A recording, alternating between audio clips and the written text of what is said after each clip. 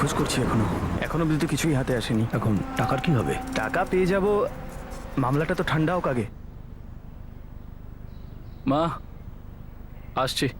বাবা, ফ্যাক্টরি থেকে শীতল ফোন করেছিল। ওখানেই যাচ্ছি মা, ওখান থেকে জমিতে চলে যাব।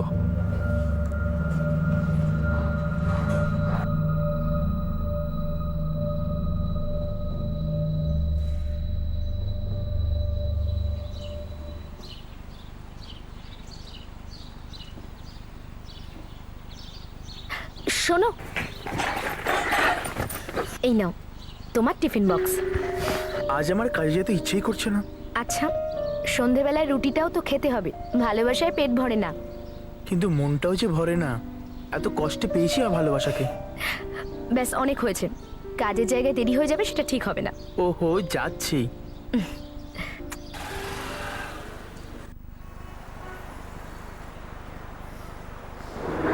আরে গোবিন্দদা, কি খবর?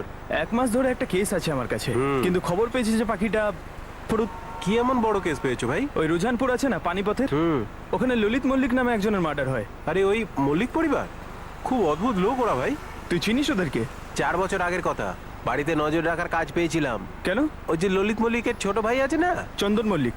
চন্দন মল্লিক। আরে ও তো সাহেবের সন্দেহের লিস্টের প্রথমেই আছে। ওর বউ একদিন বাড়ি থেকে পালিয়ে গেছিল। কি বলছিস রে? হ্যাঁ, 4 বছর আগের কথা। সাহেব বললো ভালো টাকা পাবি, খোঁজ নে বাড়িতে ঝামেলাটা কি। কিন্তু সেই সময় তো পানিপথে স্যারের ফোন এলো পুরনো কেসটার ব্যাপারে, তো এই কাজটা ছাড়তে হলো। তাহলে ব্যাপারটা এরকম।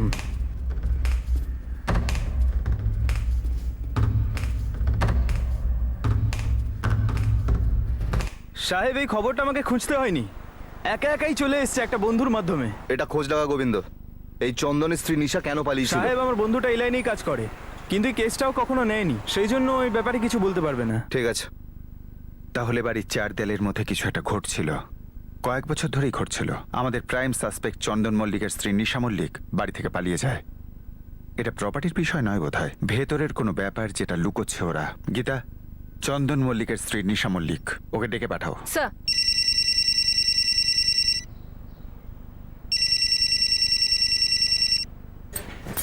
হ্যালো, নিশা দেবী, কিছু কথা বলার আছে। কি ব্যাপারে? আপনি আমাদের অফিস চলে আসুন, আগে তো বলুন কি ব্যাপারে। কিছু জিজ্ঞেস করার আছে, তাড়াতাড়ি চলে আসুন। ঠিক আছে।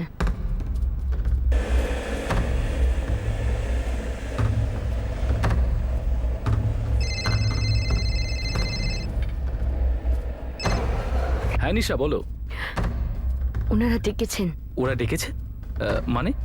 পুলিশ পানিপথের অফিসে। আচ্ছা, কিছু বলেছে? কেন ডাকলো? না, শুধু বললো যে তাড়াতাড়ি অফিসে চলে আসতে। শোনো, তুমি যাবে আমার সাথে? হ্যাঁ হ্যাঁ, ঠিক আছে, আমিও যাব।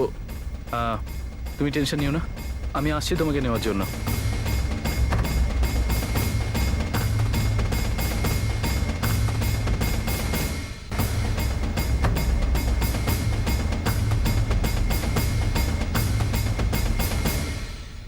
নিশা দেবী, আপনি 4 বছর আগে এই বাড়ি থেকে পালিয়েছিলেন কেন? এনার বড় ভাই ললিতের জন্যে? স্যার, এটা আপনি কি বলছেন? আমার তো ওনার সাথে বিয়েই হয়েছে 2 বছর আগে। 2 বছর আগে? হ্যাঁ। স্যার, আপনারা হয়তো কিছু ভুল বুঝেছেন। কিন্তু আমাদের কাছে ইনফরমেশন আছে আমি যে যখন 4 বছর আগে ওই বাড়িতে ছিলামই না, তাহলে আমি পালাবো কি করে? আসলে আমি ব্যাপারটা বুঝিয়ে বলছি। আসলে নিশার সঙ্গে আমার বিয়ে 2 বছর আগে হয়েছিল।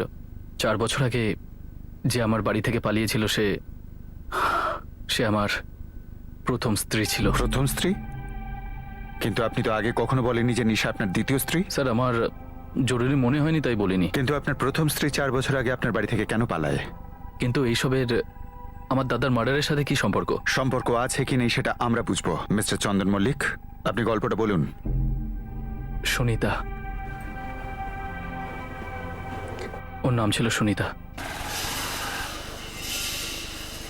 ও আসলে রেণুগঞ্জ গ্রামের মেয়ে, এখান থেকে প্রায় 45 কিলোমিটার দূরে। আপনার প্রথম স্ত্রী সুনিতা আপনার বাড়ি থেকে 4 বছর আগে কেন পালায়?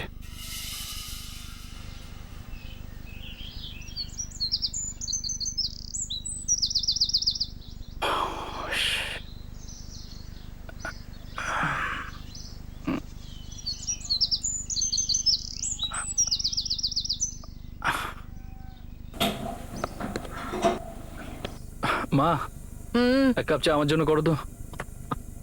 সুনিতা কোথায় রে বাবা? সকাল থেকে দেখতে পাচ্ছি না। জানি না মা, ঘরে তো নেই।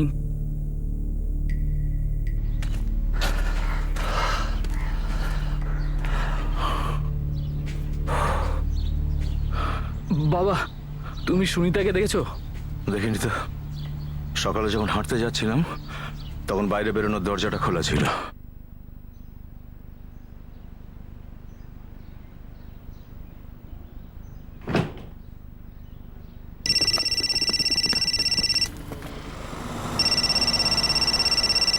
না বাবা চন্দন, এখানে তো সুনিতা আসেনি।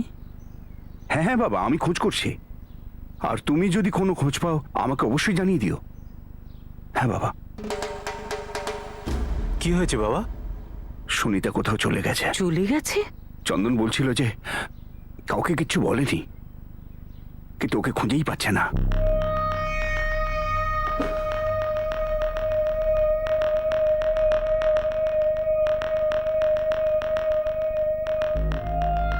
ও নিজের মসজিদেই বাড়ি ছেড়ে পালায় স্যার। তোমার দাদা ললিতের জন্যে? না না, দাদার জন্য নয়। এখন সুনিতা কোথায়? জানি না, আর আমি সেটা খোঁজও নিতে চাই না। আসলে আমাদের মধ্যে কিছু ছিলই না। কেন? উনি আপনার স্ত্রী ছিলেন, বিয়েও হয়েছিল। বিয়ে? ওই বিয়েটা বিয়েই ছিল না। ঘুরিয়ে কথা বলা বন্ধ করো, সোজা সুজি বলো আসল কথাটা কি। ব্যাপারটা এই হলো স্যার, যে সুনিতা আমার জীবন থেকে চলে গেছে, আর আমি নিশার সঙ্গে সুখে শান্তিতে সংসার করছি। আর আপনারা তো আমার জীবনটাকে নষ্ট করে দিচ্ছেন। কেননা আপনার বাড়িতে মৃতদেহ পাওয়া গেছে মিস্টার চন্দন মল্লিক। আপনার বাড়িতে আপনার দাদা ললিত মল্লিকের লাশ পাওয়া গেছে। কিন্তু সুনিতার দাদার মার্ডারের সাথে কি সম্পর্ক? সম্পর্ক আছে কি না আছে সেটা প্রমাণ করা আমাদের আর উকিলের কাজ, আপনার নয়। আপনার কাজ হলো সত্যিটা বলা, যেটা আপনি পরিষ্কার বলছেন না। সত্যিটাই তো বলছি স্যার। আর সত্যিটা এটাই যে সুনিতা আমার জীবনে কোনো মূল্য রাখে না স্যার। আমি ওকে পুরোপুরি ভুলে গেছি। এত তিক্ততা কেন যে নিজের অতীতটাকে ভুলতে চাইছেন? বলুন মিস্টার চন্দন মল্লিক, আপনার প্রথম স্ত্রী সুনিতা আর আপনার দাদা ললিতের মধ্যে এমন কি ঘটেছিল? এমন কিছুই হয়নি স্যার, শুধু আমাদের সংসারের ওপর কারোর একটা নজর পড়েছিল। ললিত দাও একটা বাজে সময়ের মধ্যে দিয়ে যাচ্ছিল তখন। সুধা বৌদি আশিসকে নিয়ে চলে গেছিল তখন, আর ওর সাথে কোনো যোগাযোগ ছিল না।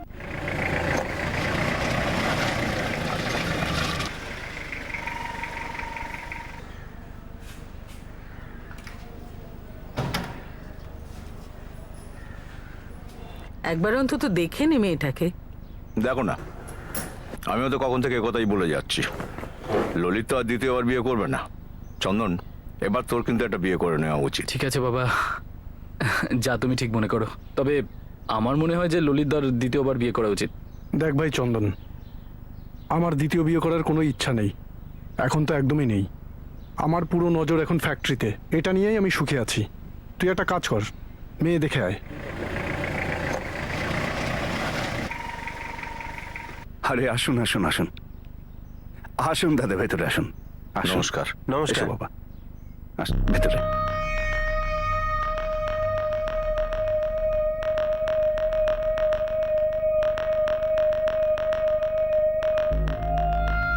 দাও ওনাদের দাও।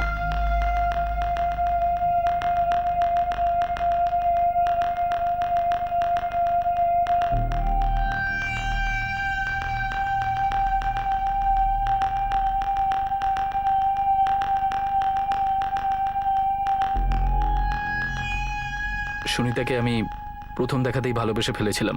আমি তখনই হ্যাঁ বলে দিলাম, আর আমাদের বিয়ে হয়ে গেল। আর প্রথম রাতেই আমার জীবনের সবচেয়ে খারাপ একটা রাত প্রমাণিত হলো।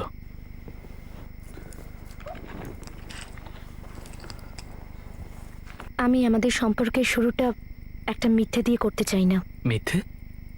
কিরকম মিথ্যে সুনিতা? আমাদের বিয়ের মিথ্যেটা। আমি বুঝলাম না, কি বলতে চাইছো?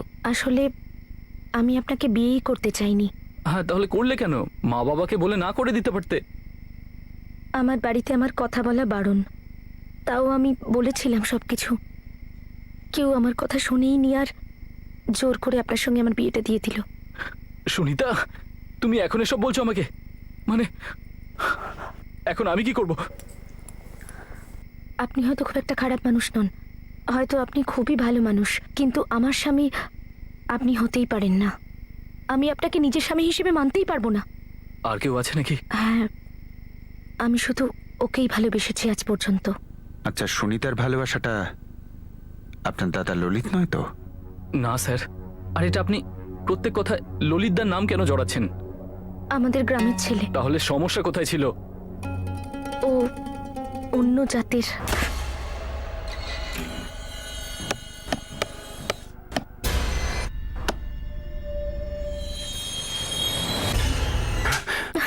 পাগল হয়ে গেছিস নাকি তুই? তুই জানিস না গায়ে আমাদের কেমন সম্মান? তুই যদি ওই সুজিতকে বিয়ে করিস তাহলে শুধু আমাদের ধোপা নাপিত বন্ধ হবে না, এই গ্রাম ছেড়ে আমাদের চলে যেতে হবে। ভাগ্য ভালো যে ঠিক সময় সন্ধ্যা তোকে আর ওই নিচু জাতের সুজিতকে দেখে নিয়েছে। যদি গ্রামের কেউ দেখে ফেলতো না, পুরো গ্রাম এখানে এসে জড়ো হতো। আমি জাতপাত বিশ্বাস করি না, ভালোবাসি আমি সুজিতকে। ভালোবাসা দিয়ে জাতপাতের সমস্যা মেটে না সুনিতা। এই ভালোবাসার দ্বারা এই সমাজ ওই সুজিতকে কখনো মেনে নেবে না। না, আমরা মেনে নেব। আমরা চন্দনকে পছন্দ করেছি তোর জন্য। আর তোর বিয়ে ওই চন্দনের সঙ্গেই হবে সুনিতা। ও খুব ভালো ছেলে আর খুব উঁচু বংশেরও। আর তুই যদি কোনো উল্টো পাল্টা কাজ করিস না, তাহলে দুজনকেই মেরে ফেলবো, তোকেও আর ওই সুজিতকেও। আমি সুজিতকে খুব ভালোবাসি, আর আমি ওকে এভাবে বিপদের মধ্যে ফেলতে পারতাম না। সেই জন্য আমি চুপচাপ বিয়ের জন্য হ্যাঁ বলে দিয়েছিলাম। সুনিতা, তুমি সুজিতের জীবনটা বাঁচাতে গিয়ে আমার জীবন নষ্ট করে দিলে। কিন্তু আমার কাছে অন্য কোনো রাস্তা ছিল না। আর হ্যাঁ, আপনি একটা কথা ভুলে যাচ্ছেন, আপনাকে বিয়ে করে আমি তো আমার নিজের জীবনটা নষ্ট করে ফেললাম।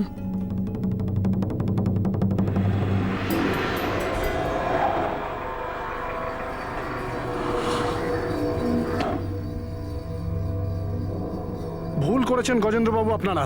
ধোকা, আপনারা ধোকা দিয়েছেন। আমরা মেয়েটাকে আমাদের ঘাড়ে চাপিয়ে দিলেন, যার ব্যবহার আপনি নিজেই সহ্য করতে পারছিলেন না। হ্যাঁ, আমি স্বীকার করছি যে আমরা এই কথাটা আপনাদের কাছে লুকিয়েছি। আপনারা জেনে শুনে আমাদের চোখে ধুলো না, দিয়েছেন। না, না, না, ললিতদা, কথাটা শুনুন।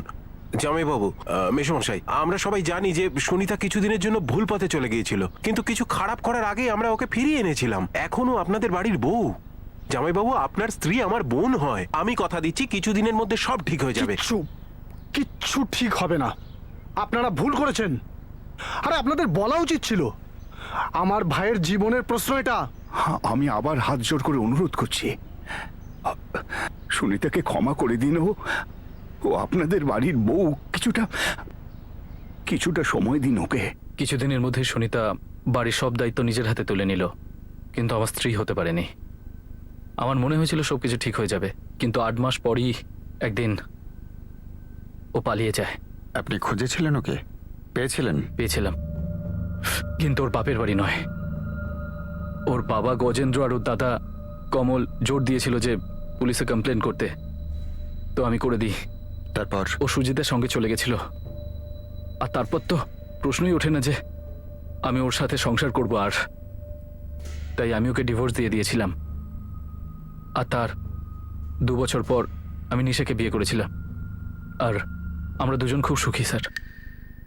আবার একটা কোইন্সিডেন্স, মল্লিক পরিবারের 2 জন ছেলেরই প্রথম স্ত্রী বাড়ি ছেড়ে চলে গেল। কিন্তু এদের ললিত মল্লিকের মার্ডারের কি কানেকশন স্যার? স্যার, আমার মনে হয় চন্দন মল্লিক নিজের আগের ওয়াইফের সম্পর্কে সবটা বলেননি। স্যার, চন্দন বলছিল রুঝানপুর পুলিশ স্টেশনে সুনিতার মিসিং ফাইল কমপ্লেন করেছিল। আমরা এক কাজ করি, আমরা ওখানে গিয়ে দেখি যে ওর কথা কতটা সত্যি। স্যার, হতে পারে এর মধ্যে ললিত মল্লিকের কোনো কানেকশন পাওয়া যায়।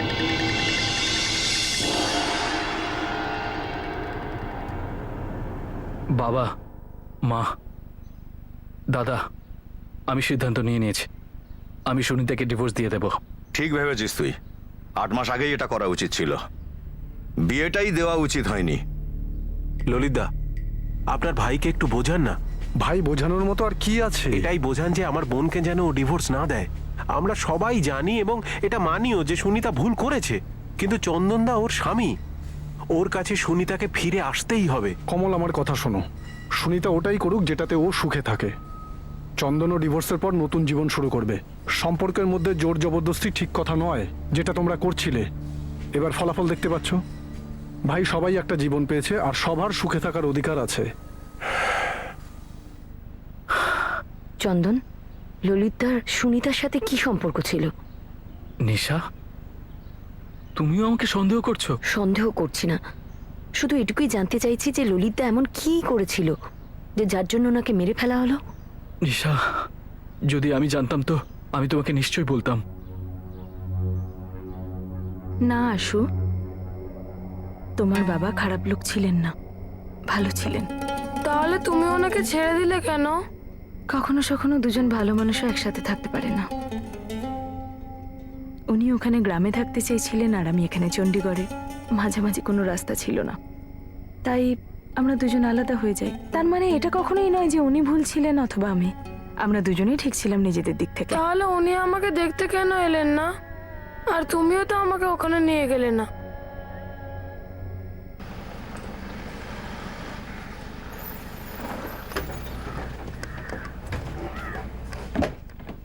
সুনিতা মল্লিকের ছবি আমরা আশেপাশের থানায় আর খোঁচরদের মধ্যে সার্কুলেট করেছিলাম। আসলে সুনিতার বাড়ির লোকেরা আমাদের ইনফর্ম করেন। স্যার, যখনই সুনিতার চলে যাবার খবর পেলাম না, আমরা ওই সুজিতের বাড়িতে গিয়েও খোঁজ করেছি। সেও ওই দিন থেকে নিখোঁজ। সারা গ্রামে খুঁজেছি, কোথাও পাইনি। এই সুজিতটাকে? তাহলে সুনিতাকে আপনি পেলেন কোথা থেকে? সুনিতা আর সুজিত দুজনকে যোধপুরে পাই।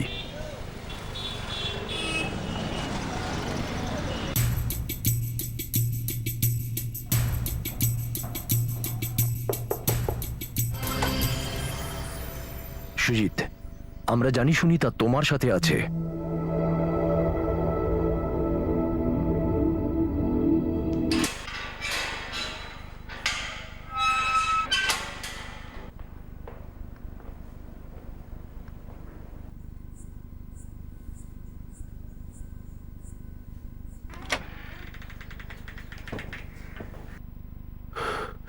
তোকে আমি আজ... আপনি ওর গায়ে হাত তুলতে পারেন না, না এখানে বা অন্য কোথাও, মনে রাখবেন। তুই একটা বিবাহিতা মহিলা সুনিতা, একটু তো লজ্জা হওয়া উচিত ছিল তোর। অনেকটা দেরি করে ফেললাম আমি নির্লজ্জ হতে। এই মিথ্যে বিয়েটা করার চেয়ে অনেক ভালো হতো যদি আমি আগেই আমার ভালোবাসার সঙ্গে পালিয়ে যেতাম। চুপ করবি তুই? স্যার দেখুন, আমি একজন সাবালিকা আর নিজের সিদ্ধান্ত আমি নিজেই নিতে পারি। না আমি আমার বাপের বাড়ি ফিরতে চাই, না আমার শ্বশুর বাড়ি। আর আমি আমার নিজের রাস্তা খুঁজে নিয়েছি। আমার সরকারি শ্রীনিবাসে থাকার জায়গা চাই, আর এদের থেকে সুরক্ষাটাও। এসব কি কথা বলছিস তুই সুনিতা? স্যার আমার বাবা আর আমার দাদা আমাকে যে কোনো মুহূর্তে মেরে ফেলতে পারে। আমাকে এনাদের হাত থেকে প্লিজ বাঁচান। সুনিতা রিকোয়েস্ট করেছিল বলে ওর থাকার জায়গাটা গোপন রাখা হয়। এখানকার সরকারি আবাসের বদলে রোহতকের সেন্টারে ভর্তি করা হয়। এখন সুনিতা কোথায় আছে? যতটুকু আমি জানি 1 বছরের মধ্যে সুনিতা ওখান থেকে চলে যায়।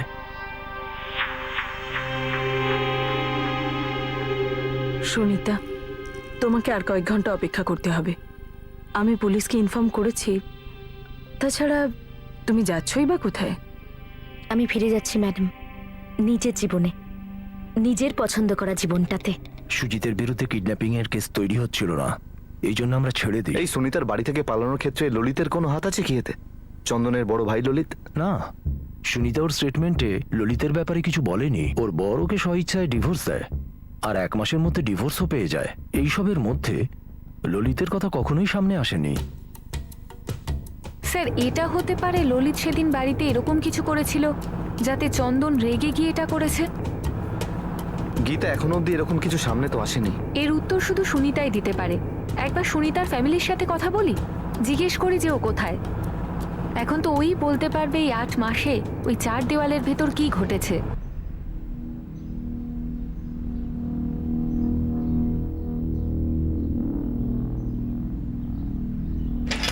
চন্দন, হ্যাঁ মা? তোর বড় দাদা এমন কি করেছিল? আমি বুঝলাম না মা। তোর সঙ্গে ললিত কি করেছিল? মা, এটা তুমি জিজ্ঞেস করছো আমাকে? তেমন কোনো ব্যাপার আছে যা আমার কাছে লুকিয়েছিস? মা, তুমি খুব ভালো করে জানো আমি তোমার থেকে কখনো কিছু লুকাই না। আর তুমি আমাকে জিজ্ঞেস করছো যে আমি দাদার সঙ্গে কি করেছি। আর আমি তোমাকে জিজ্ঞেস করছি মা, আমি দাদার সাথে কি করেছিলাম? সবাই আমাকে এমন ভাবে সন্দেহ করছে যেন আমি দাদাকে খুন করেছি। আমার আর দাদার মাঝে কোনো ঝামেলা ছিল না। আমাদের দুজনের জীবনে ব্যাস একটা বিষয় নিয়ে ঝামেলা ছিল, আর আমরা দুজনে মিলে সেটাকে সমাধান করেছি। আমি নিশাকে পেয়ে গেছিলাম আর দাদা ফ্যাক্টরিতে উন্নতি। সব এত ভালোভাবে এগোচ্ছিল, জানি না কার খারাপ দৃষ্টি পড়লো। খারাপ দৃষ্টি নয় মা, অতীতের দৃষ্টি হতে পারে। দাদার অতীতের দৃষ্টি, অথবা আমার। মা, হতে পারে যে দাদার জীবনের এমন একটা অংশ আছে যে ব্যাপারে আমরা হয়তো জানি না। মা, দেখো যা কিছু হতে পারে, কিন্তু এটুকু জেনে রাখো যে এর পেছনে আমার কোনো হাত নেই। দাদার মার্ডার নিয়ে তোমরা দুজনে যেরকম শকে আছো, ততটাই শকে আমিও আছি। আর ততদিন থাকবো যতদিন না দাদার খুনি ধরা পড়ছে।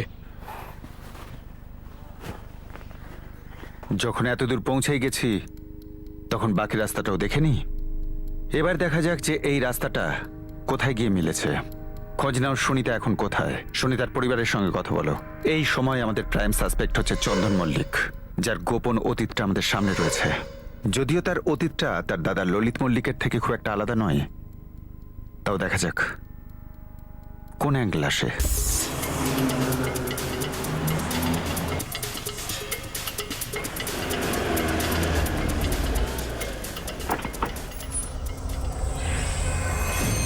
আপনারা? সেন্ট্রাল ইনভেস্টিগেশন এজেন্সি, আমরা পানিপত থেকে এসেছি। কমল বাজওয়া। কাটা ঘায়ে নুনের ছিটে দিচ্ছেন কেন? স্যার, আমরা সব সম্পর্ক শেষ করে দিয়েছি ওর সঙ্গে। আমরা জানি না ও কোথায় আছে। ব্যক্তিগতভাবে সুনিতার সাথে যাই হয়ে থাক সেটা আপনারা বুঝবেন। একটা মার্ডারের ইনভেস্টিগেশনে আমরা এসেছি, ওর সাথে কথা বলাটা ভীষণভাবে দরকার।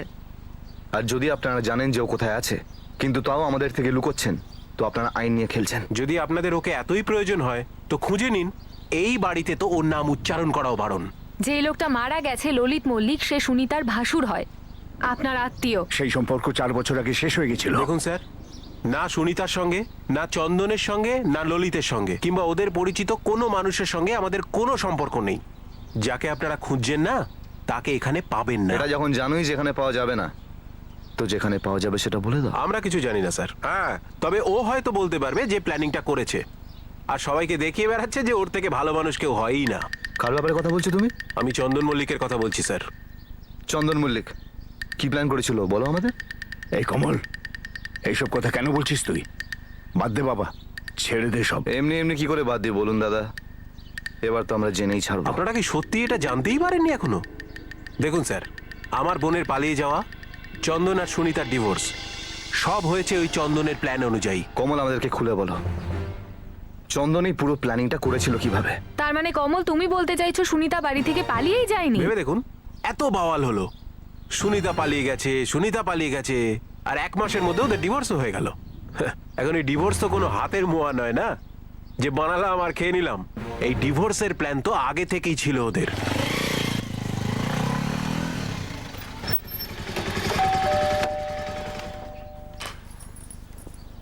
নমস্কার মাসিমা। চন্দনদা ঘরে আছে নাকি? দেখ কমল, ডিভোর্সের কাগজে আমার আর সুনিতার সই করা হয়ে গেছে, আর কোর্ট সেটা মেনেও নিয়েছে। আচ্ছা জামাইবাবু, একটা কথা বলো, সুনিতাকে যোধপুরে পাওয়া গেছে 15 থেকে 20 দিন হলো। এই কদিনের মধ্যে এত কিছু হয়ে গেল? তার মানে আগে থেকে ডিভোর্সের ব্যাপারটা রেডি ছিল? ভাই, এত কথা হয়ে যাওয়ার পর এত চুলচেরা বিচার করছিস না, কেন? ললিতা, আমি সত্যিটা জানতে চাইছি যে সুনিতা কি সত্যিই পালিয়ে গিয়েছিল, নাকি এটা আপনাদের প্ল্যান অনুযায়ী হয়েছে যে ও যেটা চাইছে সেটা পেয়ে যাবে আর আপনারা আপনাদের মতো চলতে পারবেন? আরে কি বোকার মতো কথা বলছিস? না না, বোকা তো আপনারা বানিয়েছেন, আমাদের সবাইকে বোকা বানিয়েছেন। প্রথমে সুনিতা পালিয়ে গেল এখান থেকে, তারপর সুজিত পালিয়ে গেল, আর তারপরে দুজনকে যোধপুরে পাওয়া গেল, আর এত তাড়াতাড়ি ডিভোর্সও হয়ে গেল। এখন তো ওরা দুজন হয়তো বিয়েও করে নেবে, কেননা বাধা দেওয়ার তো কেউ নেই। আপনারা না ষড়যন্ত্র করেছেন একটা। আরে কি ষড়যন্ত্রের কথা বলছিস তুই? হ্যাঁ, কি বলতে চাইছিস?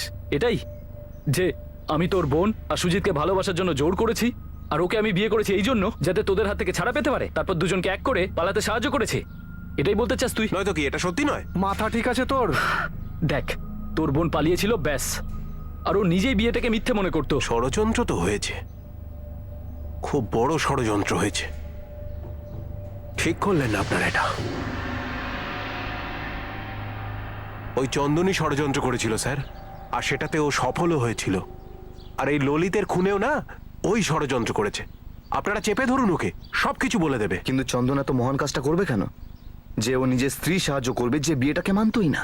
সেটা আমি জানি না স্যার, আমাদের নাক কাটা গেছে, সমাজে তো আমাদের মুখ পুড়েছে। অনুরোধ করেছিলাম ওকে, এই ডিভোর্সটা দিও না। 1 মাসের মধ্যে ডিভোর্স হয়ে গেল। এখন তো এটা বলেই দাও যে সুনিতা কোথায় আছে। ওর সাথে কথা বলেই বোঝা যাবে যে ঘটনাটা আসলে কি। ও গাঁয়ের কেউ কেউ বলছিল যে ওরা দুজনে বিয়ে করে ফেলেছে, আর সেখানেই থাকে যেখানে ধরা পড়েছে। যোধপুরে। স্যার এই কেসটা একটু গন্ডগোলের মনে হচ্ছে না? গন্ডগোলে তো অবশ্যই গীতা। যেটা গন্ডগোলের সেটা আমরা ঠিক করব। এই মুহূর্তে চন্দন মল্লিককে ধরো না, প্রথমে সুনিতা আর সুজিতের কাছে পৌঁছই, তাদের কাছে জানতে পারবো ঠিক কি হয়েছিল। স্যার মনে হচ্ছে এই সুজিত আর সুনিতার অ্যাঙ্গেলে ললিত মল্লিক মার্ডার কেসের বীজটা বোনা হয়েছে। স্যার একটা কথা বারে বারেই আমার মনে আসছে, চন্দন সুনিতাকে সাহায্য কেন করতে গেল? এতে লাভ কার হলো?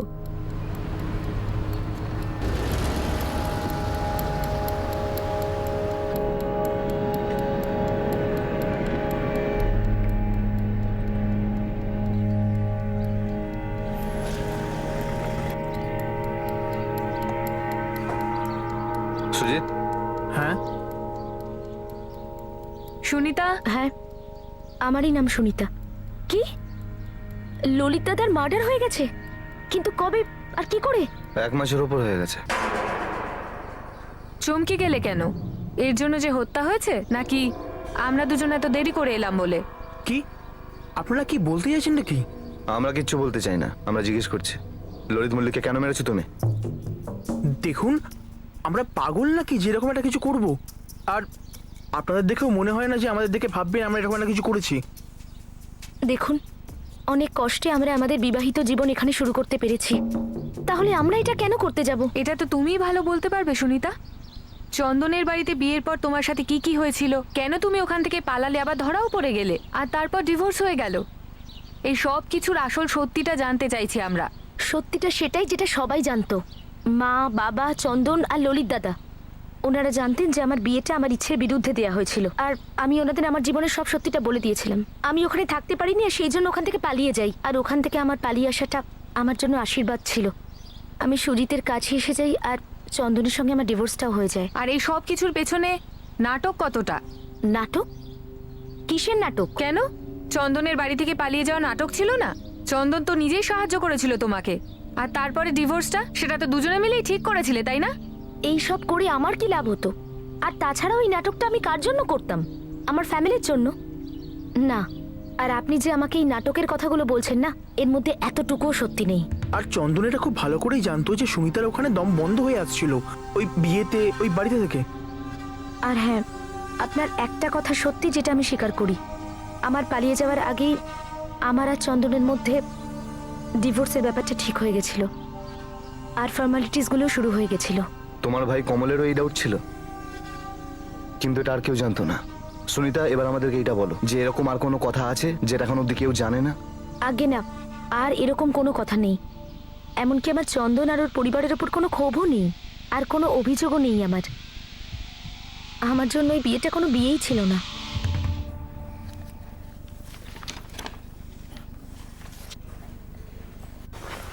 চন্দন, যখন আমরা আলাদা হয়েই যাচ্ছিলাম, তাহলে এই পুলিশের কাছে যাওয়ার কি দরকার ছিল? পুলিশে কমপ্লেন করার আইডিয়া আমার ছিল না, তোমার দাদা আর বাবা ছিল। তুমি তো ব্যাস চলে গেলে, কিছু বলনি, না কোনো মেসেজ, না কোনো চিঠি। যদি তোমার কিছু হয়ে যেত তাহলে? আর আমি কি করে বুঝবো তখন তুমি সুজিতের কাছে গেছো? আমাদেরকে তো বলে যাওয়া উচিত ছিল। আমি জানি ডিভোর্সের আগে আমার এরকম ভাবে পালানো উচিত হয়নি, কিন্তু যেটা হয়ে গেছে সেটা হয়ে গেছে। কিন্তু আমি একটা কথা বুঝতে পারছি না, এই সমস্ত ঘটনার সঙ্গে ললিত দাদার মার্ডারের কি সম্পর্ক, যে আপনারা আমাদের খুঁজতে খুঁজতে এখানে পর্যন্ত চলে এলেন? ললিত কি তোমায় সাহায্য করেছিল পালাতে? এর জন্যই হয়তো চন্দনের ললিতের উপর এত রাগ। এরকম কোনো ব্যাপার নয়, বরং আলাদা হওয়ার সিদ্ধান্তটা আমাদের দুজনের ছিল, আমার আর চন্দনের। বলতে পারেন আমরা তো একে অন্যকে সাহায্য করছিলাম, তাহলে আমাদের তৃতীয় ব্যক্তির সাহায্যের কেন প্রয়োজন হবে?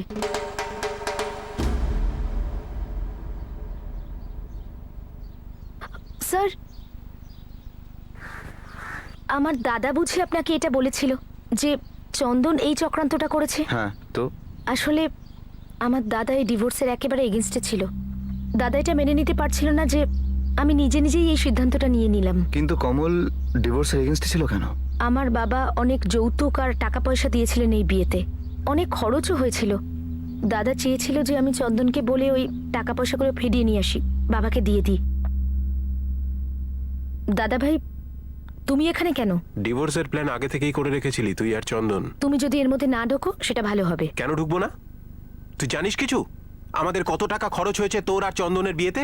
কত কিছু যৌতুক দেওয়া হয়েছে। একটা জোর জবরদস্তির বিয়ে ছিল ওটা, মিথ্যে বিয়ে ছিল। কিন্তু খরচটা তো সত্যি ছিল, গয়নাগুলোও সত্যি ছিল। কিন্তু বাবা কি ওই টাকাগুলো ফেরত চেয়েছে নাকি? তাতে কি এলো গেল, টাকাটা আমাদের পরিবারের ছিল। দেখ সুনিতা, ওই চন্দনকে পরিষ্কার বলে দিবি যে ওই সব টাকা যেন ফেরত দেয় আমাদের। আমি এরকম কিচ্ছু বলবো না। না চাইতেই চন্দন আমাকে আমার জীবনটা ফিরিয়ে দিয়েছে, যেটা তোমরা সবাই আমার থেকে ছিনিয়ে নিয়েছিলে। যেহেতু পণের টাকাটা ফেরত পাওয়া যায়নি, সেই জন্য হয়তো আমার দাদা এইসব ষড়যন্ত্রের গল্প টল্প বলেছে আপনাদের।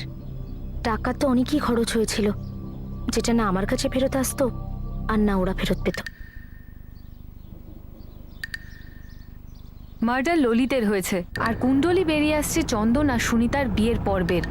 হ্যাঁ, কানেকশন দুটো ফ্যামিলি থেকেই রয়েছে। কথা হলো বিয়েতে খরচা করা টাকাগুলোর। এবারে হিসাবটা ললিতকে খুন করে শোধ করে দেয়নি তো?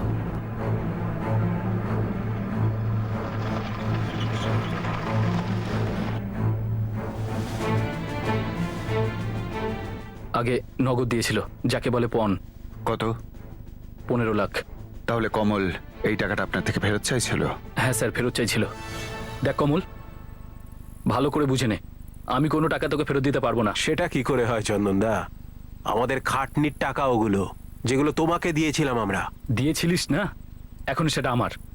দেখে নে ভাই, তোর বোন আর আমার মধ্যে অফিসিয়ালি ডিভোর্স হয়েছিল, তার জন্য আমি কোনো টাকা চাইনি, তাই ফেরত দেওয়া তো কোনো প্রশ্নই ওঠে না। অনেক বড় ক্ষতি হয়ে গেছে আমাদের, অন্যায় হচ্ছে এটা।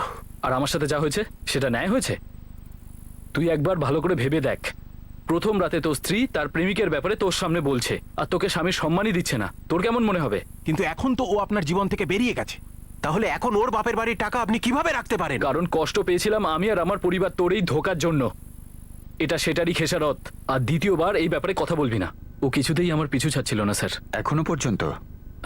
এখনো মাঝে মাঝে টাকা চায় স্যার। কমল কি আপনার বড় দাদা ললিত মল্লিকের থেকেও টাকা চাইতো? সেটা তো আমি বলতে পারবো না, কিন্তু যতদিন বাবা বেঁচে ছিল মাঝে মাঝে বাবাকে ডিস্টার্ব করতো টাকার জন্য। এটা কি কোনোভাবে সম্ভব যে কমল তোমার থেকে বদলা নেওয়ার জন্য ললিতকে খুন করে দিয়েছে? স্যার এটা আমি কি করে বলবো বলুন?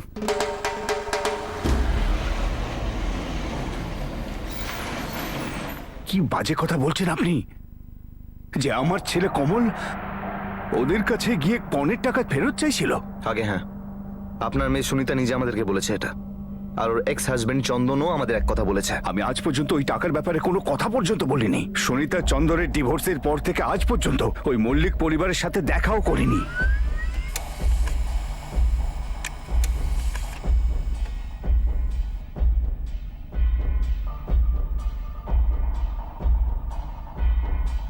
স্যার 13ই অক্টোবর বিকেল থেকে 14ই অক্টোবর সকাল পর্যন্ত কমল রুজানপুরের আশেপাশেও ছিল না।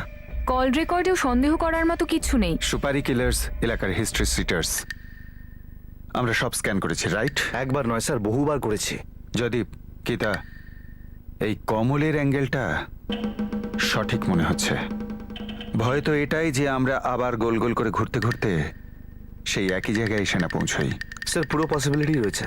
এই কমল ললিত মল্লিককে হয়তো টাকার জন্য সেভাবে ডিস্টার্ব করতো, যেভাবে ও চন্দনকেও করতো, ক্যাপ্টেন মল্লিককেও করতো। আর টাকা যেহেতু পায়নি, তাই ফ্রাস্ট্রেট হয়ে মল্লিক পরিবারকে এমন আঘাত করলো যেটা সারা জীবনও ফিরবে না।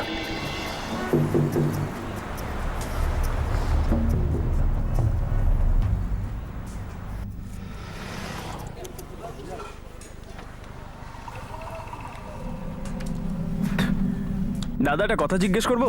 হ্যাঁ বলুন। ভাই একটা কথা বল, যদি তুই জেনে থাকিস। এমনিতেও তোর তো জানারই কথা।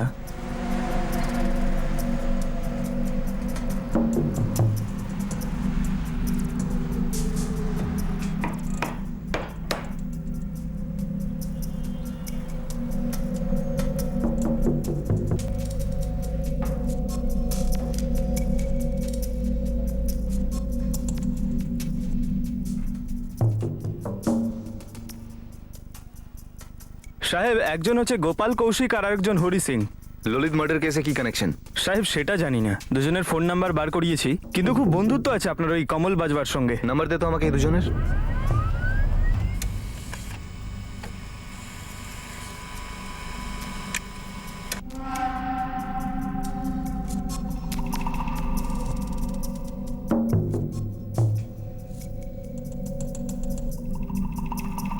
স্যার এই দুটো ফোন নাম্বার কমলের ফোন লিস্ট অনেকবার দেখা গেছে। কিন্তু 13ই অক্টোবর রাত থেকে 14ই অক্টোবর সকালের মধ্যে এই দুজনারই ফোনের লোকেশন রুঝানপুরে ছিল তবে না। কমল বাজবা, গোপাল কৌশিক আর হরি সিং এদের তিনজনের যথেষ্ট কথা হয় স্যার। কিন্তু শুধু এই কথাবার্তায় কি সন্দেহ করার পক্ষে যথেষ্ট? স্যার এই কমল বাজওয়া এর একটা পোক্ত মোটিভ ছিল, পনের 15 লক্ষ টাকা, যেটা ও বারবার চাইছিল কিন্তু মল্লিক পরিবার মানা করে দিচ্ছিল। যদিও কানেকশনটা সোজাসুজি নয়, কিন্তু কমল বাজওয়া এই সময় মুখ্য সন্দেহভাজন, আর এই দুজনই ওর খুব ভালো বন্ধু। ওঠাও দুজনকে। গোপাল কৌশিক, হরি সিং, তোমাদের দুজনকে এখানে আনা হয়েছে কেননা তোমরা দুজন অপরাধ করেছো। সাহেব কেউ ভুল বলেছে আপনাকে। কমলকে চেনো তোমরা? তোমাদের বন্ধু তো? হ্যাঁ বন্ধু, কিন্তু এতে ভুলটা কি আছে? ভুল তো তখনই হয়েছে যখন তোমাদের দুজনের মুখ ক্যামেরায় ধরা পড়েছে, সিসিটিভি ক্যামেরায়।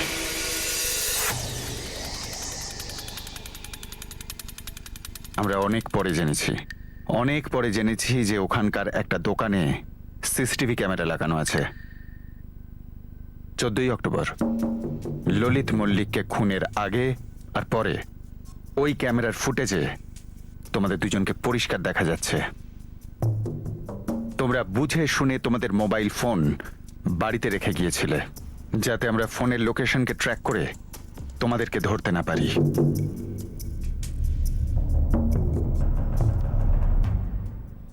আচ্ছা হ্যাঁ ভাই, তোরা কিন্তু নিজের ফোন বাড়িতে রেখে যাবি। তাহলে ভাই তোর সঙ্গে কথা বলতে হলে কি করে বলবো? ফোন টোনে কথা বলার কোনো দরকার নেই। ফোন তোদের কাছে থাকলে না সব রেকর্ড থাকবে পুলিশের কাছে যে এরা এই জায়গায় গিয়েছিল, বুঝেছিস? আমরা কালকে দেখা করে নেব। আসলে কোনো সিসিটিভি ফুটেজ ছিলই না। এটা পুলিশের একটা চাল ছিল দুই সন্দেহভাজনকে ফাঁসানোর জন্য, আর দুজন সেই জালে ফেঁসে যায়। কে এখনো পর্যন্ত ঠিক বলেছে তো?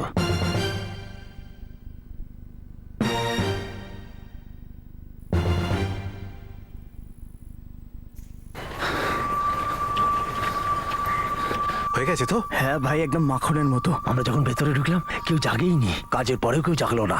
ঠিক করে দেখে নিয়েছিস তো? মরে গেছে না শালা? আরে এতবার মেরেছিলাম না, হাতি থাকলেও মরে যেত।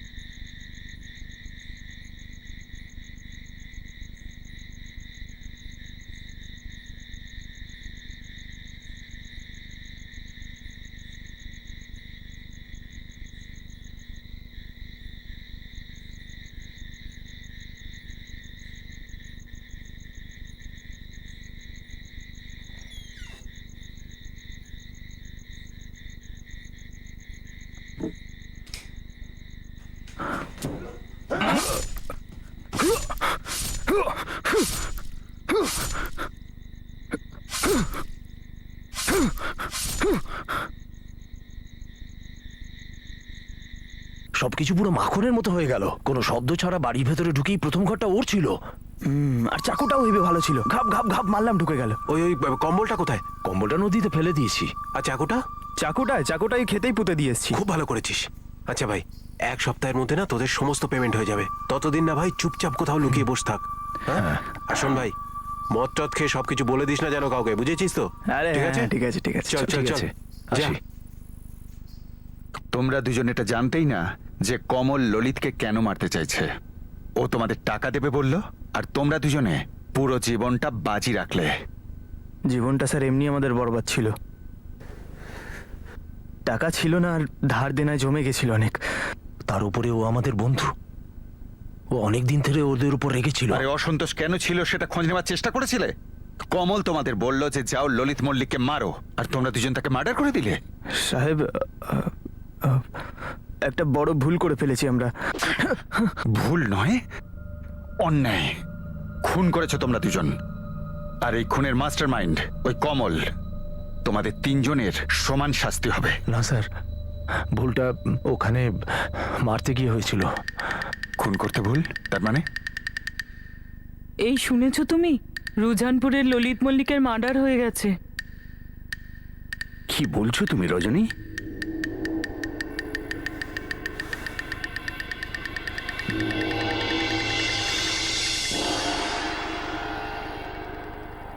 আরে শালা, কাকে মেরে দিয়েছিস তোরা দুজনে? কাকে মানে? তুমি যাকে বলেছিলে তাকেই মেরেছি।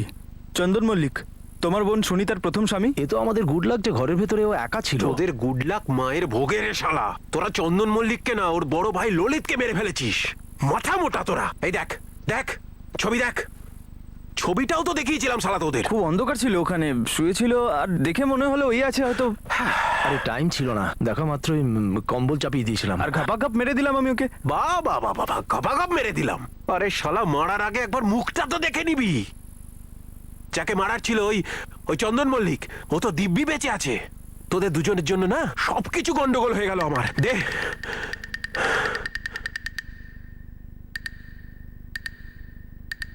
তার মানে কমল তোমাদের মারতে পাঠিয়েছিল চন্দন মল্লিককে, আর তোমরা দুজন ভুল করে ললিত মল্লিককে মারলে। হ্যাঁ সাহেব, কমলদা আমাদেরকে বলেছিল যে চন্দন মল্লিকের সঙ্গে ওর বোনের ডিভোর্স হয়ে গেছে।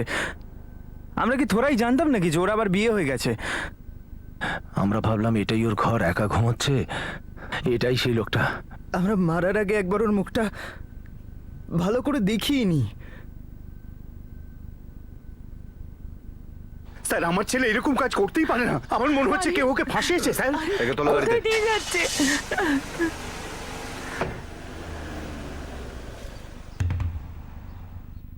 আপনার বড় ভাই ললিতের মৃত্যু ওই 15 লাখের জন্য হয়েছে, যেটা আপনি সুনিতার বাবা গজেন্দ্রবাবুর থেকে পণ হিসেবে নিয়েছিলেন। আর সুনিতার সঙ্গে ডিভোর্স হওয়ার পরেও ওই টাকাটা ফেরত দিচ্ছিলেন না।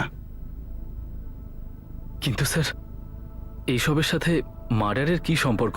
সত্যি বলতে কি, খুনিরা আপনাকে খুন করতে এসেছিল, আর ভুল করে তারা আপনার বড় ভাই ললিতকে মেরে দেয়।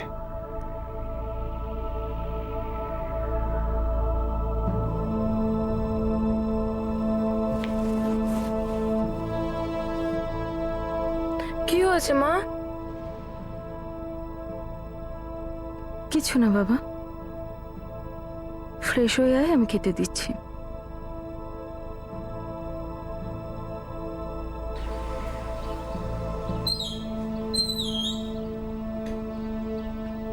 কি হয়েছে সুনিতা? পুলিশের ফোন এসেছিল। ওনারা বললেন যে ললিত দাদার খুনটা আমার দাদাই করিয়েছে। ওই 15 লাখ টাকার জন্য? হ্যাঁ, কিন্তু দাদা ওই খুনিগুলোকে চন্দনকে মারার জন্য টাকা দিয়েছিল। কি? কিন্তু ভুল করে ওই লোকগুলো। খুবই অদ্ভুত বিষয় হলো যে সেই রাতে বাড়ির কোনো সদস্যই দরজা ভেঙে ভিতরে ঢোকার আর তারপর ললিতকে তার ঘরে ঢুকে ছুরি দিয়ে মারার কোনো শব্দ শুনতে পায়নি। কমল, গোপাল আর হরিকে আইপিসি 302 ধারা অনুযায়ী খুনের অভিযোগে, 201 ধারা অনুযায়ী প্রমাণ লোপাটের অভিযোগে, 34 নম্বর ধারায় কমন ইন্টেনশনের জন্য আর আর্মস অ্যাক্টেও গ্রেফতার করা হয়েছে।